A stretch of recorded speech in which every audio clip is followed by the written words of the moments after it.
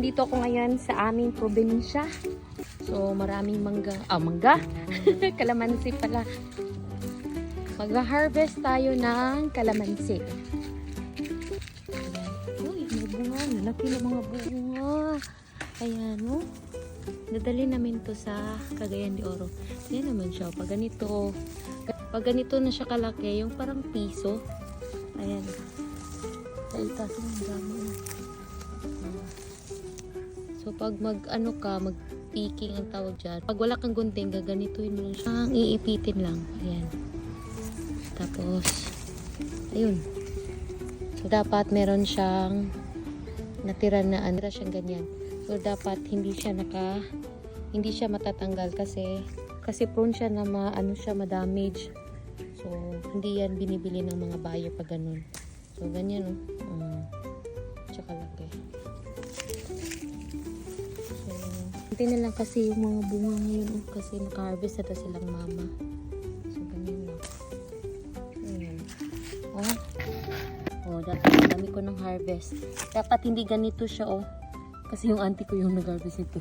Ayan, hello. Reject na itong mga ganyan. Pag mga ganyan, reject na yan. So, dapat ganito siya. Ayan.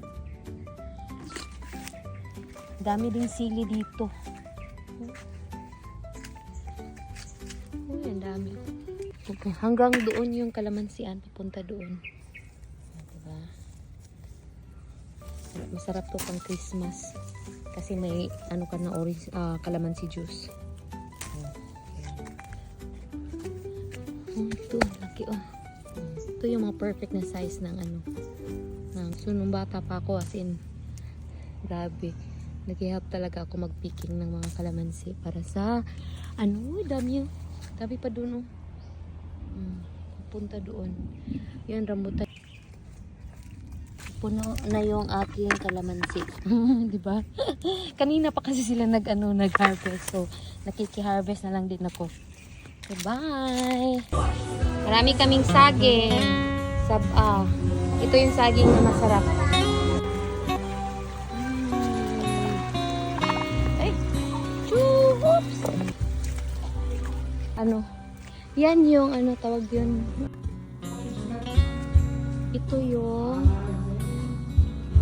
tawag dito. Ano ba tawag to sa Tagalog?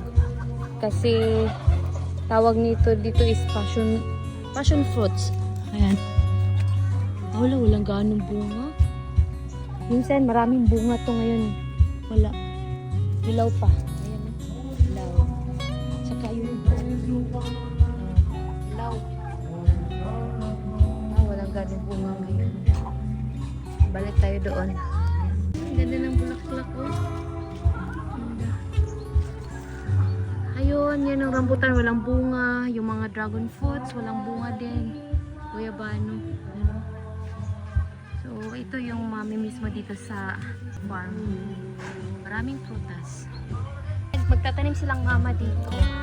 Tapos, lalagyan niya ng isda siguro. Ayan. Tapos, mag-hydroponic yung kapatid ko. Kaya hindi naka-uwi sa Cagayan de Oro kasi maraming ginagawa dito sa farm. Ayan, mag-hydroponic. Tapos yan, tataniman ng mga gulay. Diba? Ang dami. Tapos ito,